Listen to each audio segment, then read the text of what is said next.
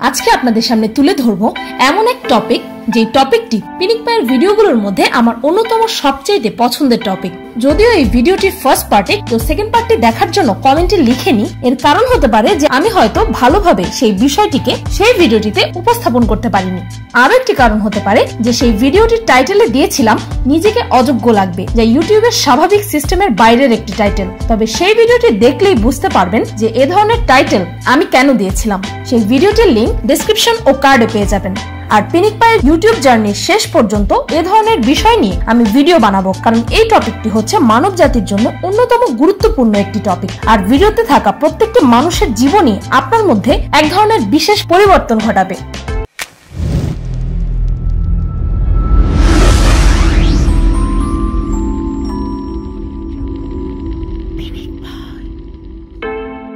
Gen ব্রিকার 27 বছর বয়সী এই নারী যে কোনো মানুষকে নিজের সক্ষমতা দিয়ে তাক লাগাতে সম্ভব। জন্ম থেকে তার পা নেই, আর তাই তার বাবা মা তাকে একটি অনাথ আশ্রমে ফেলে রেখে চলে যায়। পরে তাকে এক দম্পতি দত্তক নেয়। 6 বছর বয়স থেকেই সে টিভিতে জিমন্যাস্টিক দেখতে খুব ভালোবাসতো, আর আস্তে আস্তে এটি তার প্যাশনে পরিণত হলো। আজ সে একজন প্রফেশনাল জিমন্যাস্ট, অ্যাক্রোব্যাট, এরিয়ালিস্ট ও ডান্সার। ও তার পারফরমেন্স দেখলে কেউ ভাবতেই পারবে না যে তার এত বড় একটি শারীরিক অক্ষমতা আছে। ইনফ্যাক্ট তাকে অক্ষম বলাটাও যেন তাকে অসম্মান করা হবে। এরিন ক্লার্ক 37 বছর বয়সী এরিনের জন্ম থেকেই স্যাক্রাল অ্যাগনেসিস নামক এক জেনিটাল স্পাইন ডিসঅর্ডার আছে, যার কারণে তার স্পাইনাল কলাম অর্থাৎ পৃষ্ঠবংশ কখনোই পুরোপুরিভাবে ফর্ম হয়নি, যার কারণে তার কোমরের নিচ থেকে পা পর্যন্ত বেশিরভাগ পেশি কাজ করে না। আর এর কারণেই তাকে হুইল চেয়ারে চলাফেরা করতে হয়। কিন্তু এই দৃশ্যটি দেখলে নিশ্চয়ই কেউ স্বপ্নেও চিন্তা করবে না যে সে শারীরিকভাবে অক্ষম। তিনি একজন ইন্টারন্যাশনাল লেভেলের প্রফেশনাল পোল ডান্সার, আর তার জীবনের লক্ষ্য হচ্ছে যেন কেউ তাকে তার অক্ষমতার জন্য নয়, বরং তাকে তার সক্ষমতার জন্য মনে রাখে। এই পোল ডান্সিং এ তিনি ন্যাশনাল লেভেলের চ্যাম্পিয়ন হয়েছেন, আর আজ ইন্টারন্যাশনাল লেভেলের প্রস্তুতি নিচ্ছেন। এরিনকে দেখে একটি কথাই বলতে ইচ্ছা করছে, that she was born to win. জেরম অ্যালব্রিচ 1998 সালে জেরমের পুরো জীবনটাই উলটপালট হয়ে যায়। জেরম ছিলেন একজন প্রফেশনাল সার্ফার ও স্কেটবোর্ডার। তার একটি স্কেটবোর্ড স্টান্টের সময় মারাত্মকভাবে তিনি আহত হন, যার ফলে তার শরীরের অনেক হাড়ই ভেঙে যায়। আর তারপর থেকেই জেরন হুইল চেয়ারের উপর নির্ভর হয়ে পড়ে। কিন্তু সে তার শারীরিক অক্ষমতার কারণে নিজের স্কেটবোর্ডিং এর প্যাশন ছেড়ে দেয়নি, বরং এর পরেই যেন সিট ওয়েকবোর্ডিং এর মাধ্যমে সে তার প্যাশনকে আরো এক ধাপ এগিয়ে নিয়ে গেল।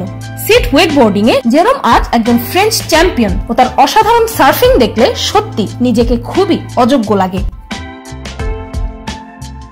ডেইজি মে ডেমেটার 7 বছর বয়সী এই মেয়েটি জন্মেছিল ফিব্রিলার হেমিমেলিয়া নামক এক রোগ নিয়ে, যার কারণে তার পা ফুললি ম্যাচিওর হতে পারেনি। আর তার জন্মের কয়েক মাসের মধ্যেই তার অকেজো সেই পায়ের অংশ ডাক্তাররা সার্জারির মাধ্যমে বাদ দিয়ে দেয়। তার জন্মের পর তার এই অক্ষমতা তার মা বাবাকে অনেক হতাশ করেছে, কিন্তু কে জানতো যে সেই মেয়েটি একদিন নিজের সক্ষমতা ও মনোবল দ্বারা সবাইকে তাক লাগিয়ে দিবে। আজ 7 বছর বয়সী সেই মেয়েটিকে দেখলে যে কোনো বিষণ্ণ মানুষের মন আনন্দে ভরে যাবে।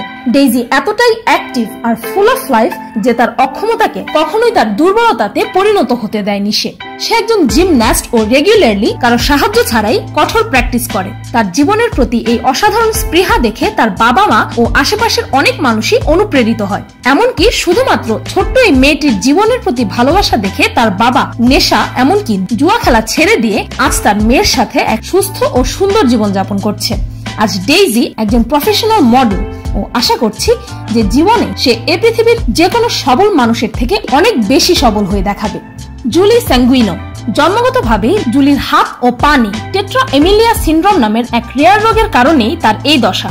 তবে তার মারাত্মক শারীরিক অক্ষমতা থাকা সত্ত্বেও জুলির মা তাকে সেলফ ডিপেন্ডেন্ট অর্থাৎ স্বনির্ভরশীল হতে শিখিয়েছেন।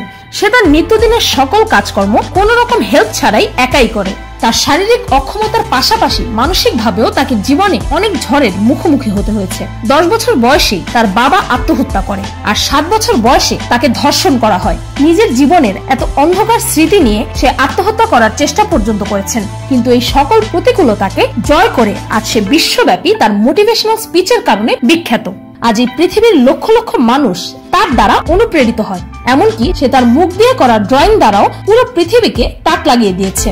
তার জীবনের কষ্টগুলোর এক অংশ যদি অন্য কারো জীবনে আসতো, এতটা সাকসেস হওয়া তো দূরের কথা, সে হয়তো আর জীবিতই থাকতো না। আপনারা সবাই হয়তো সর্বকালের সেরা পদার্থবিজ্ঞানী আইনস্টাইন সম্পর্কে জানেন। মহান এই বিজ্ঞানীকে চেনে না এমন মানুষ খুব কমই আছে। তবে হয়তো আপনারা এটা জানেন না যে আইনস্টাইনের ছোটবেলায় লার্নিং ডিসএবিলিটি ছিল, অর্থাৎ তিনি কোনো কিছু সহজেই শিখতে পারতেন না। এমনকি অনেকের মতে তিনি জন্মের 4 বছর পর্যন্ত কথাই বলেননি। তবুও তিনি তার প্রখর মনোবল দ্বারা E=mc², থিওরি অফ রিলেটিভিটির মতো তার মহান বৈজ্ঞানিক আবিষ্কারগুলো এই পৃথিবীকে উপহার দিয়েছে। যে সকল ফর্মুলা নিয়ে গবেষণা করতে গিয়ে আজও পৃথিবীর অনেক বড় বড় বিজ্ঞানী হিমশিম খাচ্ছে, তার অসাধারণ জ্ঞান দ্বারা তিনি এই পৃথিবীর অন্যতম সর্বকালের সেরা বিজ্ঞানী হয়ে উঠেছেন। আর আমরা সমাজের দোষ, পরিস্থিতির দোষ, বাবা মায়ের দোষ, ভাগ্যের দোষ, অর্থের দোষ, সর্বোপরি সবকিছু থেকে দোষ খুঁজে বের করি, যেগুলোর বাহানা দিয়ে আমরা আমাদের জীবনের ব্যর্থতার কারণ দেখাই। যারা সারাক্ষণ কেবল অন্যকে বা অন্য বিষয়বস্তুকে দোষারোপ করতে ব্যস্ত, তারা কিভাবে এই পৃথিবীর সুন্দর ও শুদ্ধ রূপটি দেখবে? অনেকেই হয়তো বলবে যে আমি তো অনেক পরিশ্রম করি, তবুও ফল পাই না। সেক্ষেত্রে আমি বলবো, একজন দিনমজুরও কিন্তু সারা দিনে আমাদের থেকে কমপক্ষে 10 গুণ বেশি পরিশ্রম করে, কিন্তু সেই পরিশ্রমের পরেও তিনি অনেক বড় কিছু হতে পারে না। তার কারণ হচ্ছে শুধুমাত্র পরিশ্রম করাটাই যথেষ্ট না, বরং ভালো ফল পাওয়ার জন্য অনেক পরিকল্পনা করে আমাদেরকে স্মার্ট পরিশ্রম করতে হবে। আর পরিশ্রম করলে তার ফল আপনি পাবেনই পাবেন, তা কালও পেতে পারেন, আবার আপনার জীবনের শেষ সময়ও পেতে পারেন। আর এত দেরিতে ফল পাবেন ভেবে যদি পরিশ্রমই না করেন, তবে মৃত্যুশয্যায় সফলতা ও শান্তির পরিবর্তে আপনার মুখে থাকবে শুধুমাত্র একটি কথা, হায় রে বৃথা জীবন। ভিডিওটি ভালো লাগলে একটি লাইক দিতে ভুলবেন না, আর কমেন্ট করে অবশ্যই জানাবেন যে এই ভিডিওতে থাকা মানুষগুলোর জীবনী আপনাকে কতটা অনুপ্রেরিত করেছে। আর আমার চ্যানেলটিকে সাবস্ক্রাইব করুন প্রতিদিন আরো অদ্ভুত ও মজার সব ভিডিও দেখতে।